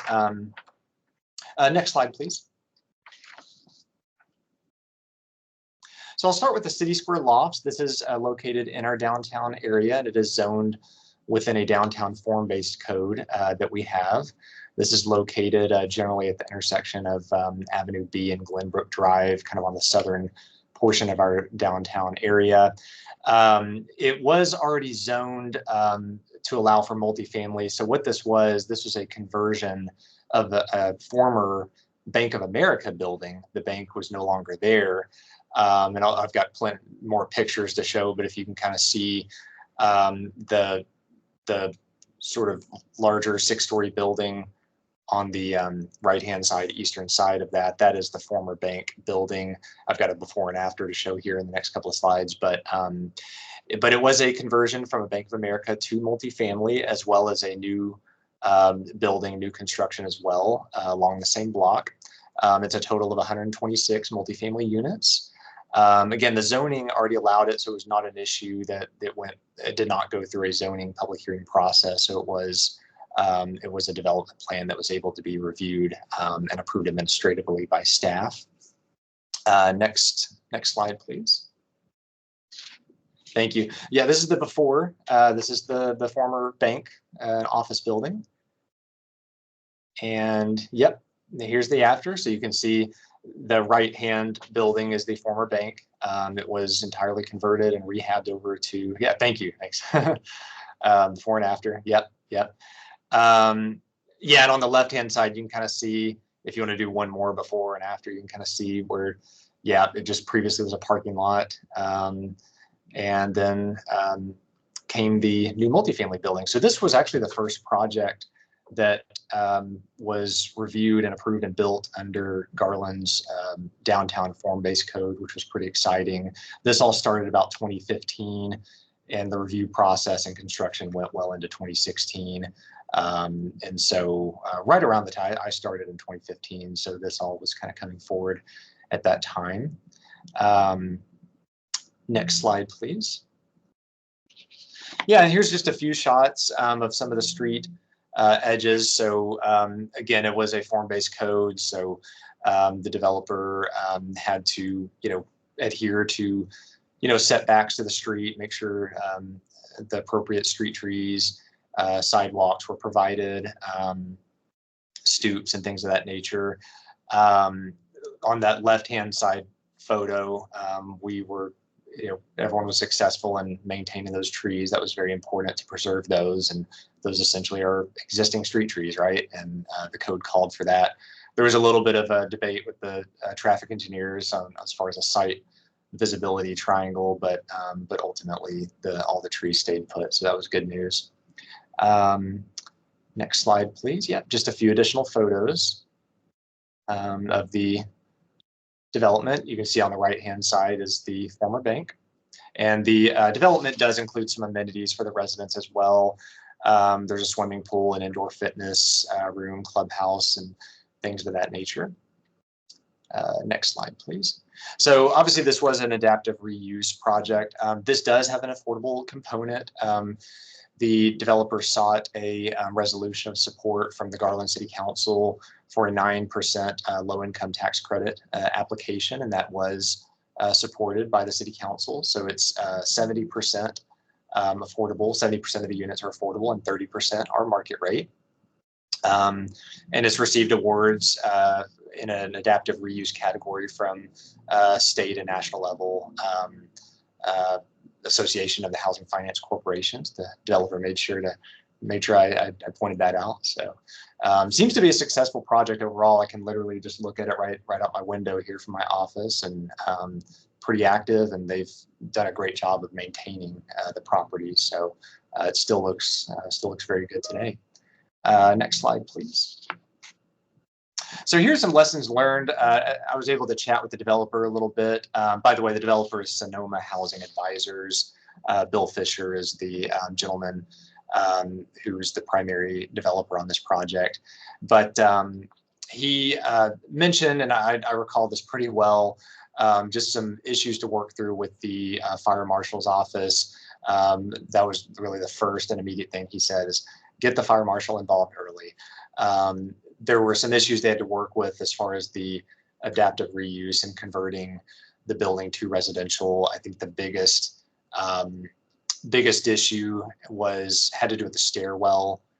They had to widen the stairwell to accommodate the fire code and adapt that accordingly. So I recall that being the issue, the biggest issue there was. There was a few others, but that was a big lesson learned from the developer. I think that was an expense that he did not anticipate real early on in the process, and was kind of working through that, into the process a little bit.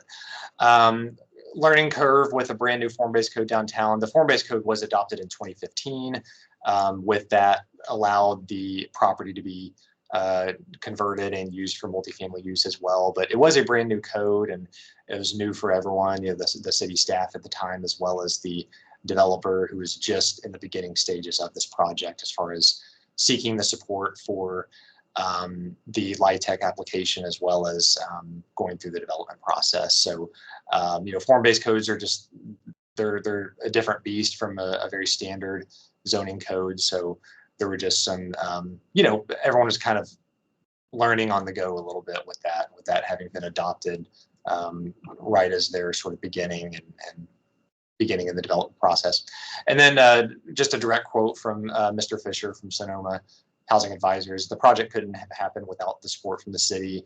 The city, wasn't heavy involvement with this one. Again, it is a private development, but with the support of the LUTTF low-income housing application, and just working collaboratively on the development review with the form-based code and fire marshal conversations, and just a lot of detail. There's a tremendous amount of detail to really review and make sure it met the intent of really what the code was trying to get at. So there certainly was a lot of involvement that way, and collaboration between the city and the developer. So next slide, please. So I will move on, if it's okay, to the next project. This is just a few blocks to the west, northwest, in the general downtown Garland area. This is at the northwest intersection of Avenue B and South Garland Avenue. So the adaptive reuse or commercial to residential conversion here to talk about is, you can see that Chase Bank building there in that rendering. That's part of a phase 2. Currently in the works. I'll kind of talk more about that, but this is the ultimate vision of the Draper. In the foreground, where you can see the 3-story buildings, and actually I've got a before and after. We can get to that in a little bit, but this involved a combination of conversion from commercial to residential, as well as new construction, new residential, and then there's a phase 3. If you can kind of see in the back there, you can see in the rendering some townhouse style units. There it's all multifamily, but just different styles. That phase 3 includes some townhouse style multifamily units. Phase 1 is the new construction, the 3-story buildings that you can see. And then phase 2 involves a little mixed use component, which I'll get to in a little bit. We can go to the next slide, please. Yeah, this is just a little aerial. The yellow square includes the boundaries of the phases 1 and 2. You can see, of course, the Chase Bank building. Looks like from that aerial, the building was probably recently demolished. There used to be a restaurant cafeteria right there at the hard corner of Garland Avenue and Avenue B. As part of this project, that was demolished. And so we consider this really both a redevelopment project as well as a conversion project. And in that red outline there, that's the boundaries of the phase 3 that received zoning approval not too long ago. That's where those townhouse style multifamily units will go. All the amenities will be shared between the different phases, regardless of which phase you live in. The amenities will be shared, include some of the standard amenities I talked about with City Square Lofts, fitness center, swimming pool, things of that nature. Next slide, please. Yeah, so here's a before. So in the foreground there, you can see the former restaurant. That was vacant for quite some time. I'm not even sure the last time that was actually open, but you can see a big sign there, a pylon sign. So that's the before. We're going to go look at the after. Yeah, that's really looking at the same corner. So actually, I think in the next slide, it maybe yeah, actually that one on the left is that corner where the restaurant used to be. But in any case, we can look at all these photos in the last slide. That's just looking at phase 1. This slide and the last slide are looking just at some different shots of phase 1. This was just recently completed, is now open. This is a total of this phase 1 is a total. Actually, I have a slide for that in a little bit, so we can go to the next slide. But this. Yeah, there's another kind of before shot of the phase 2 Chase Bank. Yep. So phase 1 includes 155 multifamily units. That is now open. Those are the 3-story buildings, all new construction, redevelopment in a sense. All that is now open. Phase 2 will include 30 units above the Chase Bank or in the upper floors of the Chase Bank building. The first floor actually will include, Chase Bank will still occupy much of the first floor, but there will also be an available retail space as well. And then phase 3 will be those townhouse style units. But if we want to go back and look, yeah, there we go. So you can kind of see really what it still looks like today. Phase 2 is still in process. On the right-hand side is actually where the phase 3 will go. There's an old Chase Bank ATM center there, so that will be going away. So I'll go to the next. And approximately, per the developer, approximately 50 million in investment from the private developer side of things. This project also already had zoning entitlement for multifamily. There was an original plan development, PD zoning approved in 2014, which really envisioned this redevelopment. It just really didn't get up on the ground until really about 2020, when there was a proposal coming back to essentially it required an amendment of the PD. There were a few tweaks and updates. So it did go through a public hearing zoning process. Nothing too controversial. A few of the neighbors, there's a single family neighborhood immediately to the west. There were a few residents that came out a little concerned with traffic flow and how it would impact their neighborhood, particularly the street that runs through their neighborhood. But for the most part, it was pretty well supported. City Council approved it, and then they've moved pretty quickly, particularly on phase 1 since then. If we go to the next slide. Yeah, so the city did have some economic development involvement in this with the developers. So there was an agreement and a few incentives. So one of which is $100,000 rebate on roadway impact fees, although that may be adjusted. The actual roadway impact fee that they would owe may be adjusted due to a requirement for them to install a turn lane, but up to $100,000 rebate on the roadway impact fee. And then the city of Garland is covering the cost for an asbestos abatement on phase 2. That's the Chase Bank building. And just a little bit back on zoning, the PD. This is technically outside of the downtown zoning, but it was zoned in a plan development, a PD. The amendment was kept in a PD, and the standards were really kind of a hybrid form-based. You saw some of the pictures that resemble a bit of a form-based code, but then there is some surface parking along the Avenue B frontage between the street and the building as well. So a little bit of a hybrid form-based zoning there. But if we go to the next slide. So takeaways overall on these types of projects is rehabilitation and redevelopment projects as a whole are simply harder than greenfield development, really for everybody. For developers, that they're just a lot more complex. It takes a little bit more creativity really on staff's part as well. But the impact is enormous. And these two projects really met some goals the city has of wanting more residents downtown to build up that critical mass. If you've been to Garland as of late, the downtown square was recently completed. The redesign was completed in October. It looks fantastic. A lot of residential and mixed use development is right around City Hall, closer to the DART rail station. We do have a Blue Line light rail station in the downtown area. City Hall and the existing mixed use and residential units are much closer to that station. These two projects I'm talking about today are a little bit farther, although you can certainly walk or take a bike. I want to say the city lofts is probably about 5, maybe 6 blocks from the rail station. The Draper is a little further. That's probably more about 10 to 12 blocks or so. But in any case, building up that critical mass, it is a goal to have more units, more residents downtown. So it certainly helps achieve that goal. Another takeaway is getting departments involved early, being flexible.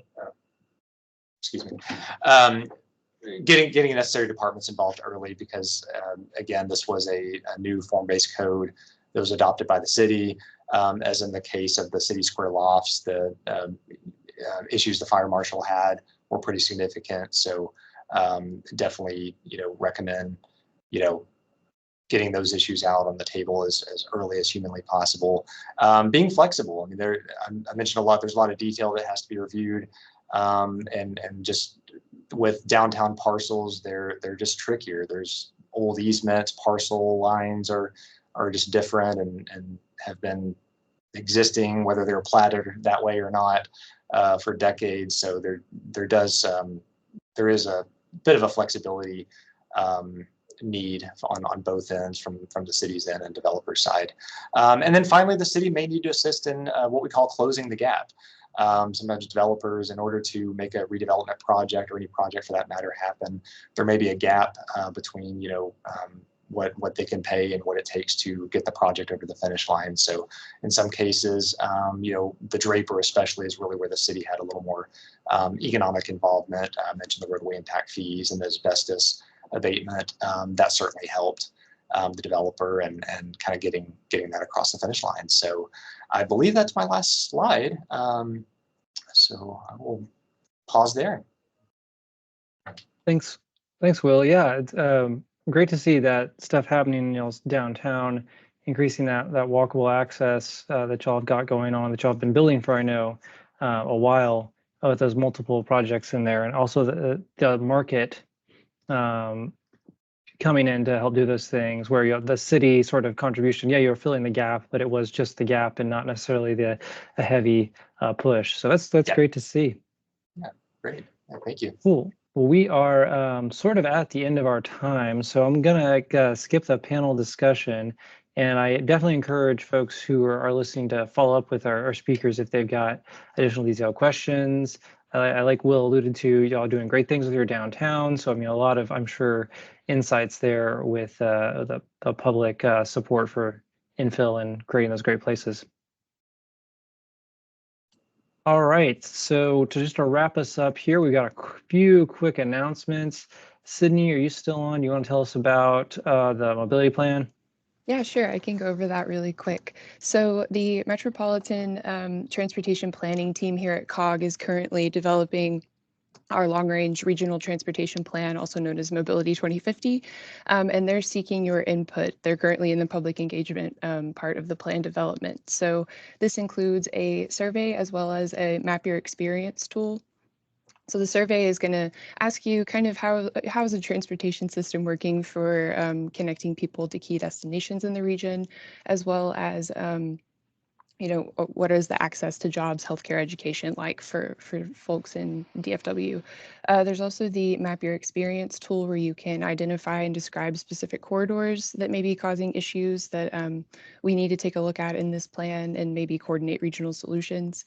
If you're interested in participating in other public engagement opportunities during this plan update process, please consider subscribing at the link on the bottom left. I'll also put that in the chat. And if you have any questions regarding this entire process, please contact Amy Johnson. We'll include this information in our follow-up email as well. And now I'll pass it over to Stu. Yep. Hello again, everybody. I'm just going to go over some quick upcoming federal grant opportunities. So the Safe Streets and Roads for All grant application, the USDOT has a upcoming deadline on May 16th, another one on August 29th. ATIP, Active Transportation Infrastructure Investment Program, also has an upcoming deadline on June 17th. And then the big boy grants, Mega Infra and Rural, are all due on May 6th. Hopefully you've already started working on those applications if you're doing that this year. So, and then a few more should be opening soon. You got the pilot program for transit-oriented development opening in April, probably more like May of this year. And then spring, we have the Thriving Communities program with the USDOT. And then summer, the Reconnecting Communities pilot program is opening up again, hopefully. And then, yep. So, Thanks, okay, you got it then. Yeah, I can just remind everybody, we covered a lot of information today. It's all going to be available on our website, nctcog.org/Land Use Transportation Task Force. And we do these quarterly, so we are tentatively scheduling our next one for July 18th. Mark your calendars. More information will follow. And so I thank everyone for participating. You're welcome to contact us if you have more questions. And with that, I'll conclude the meeting. Have a good afternoon.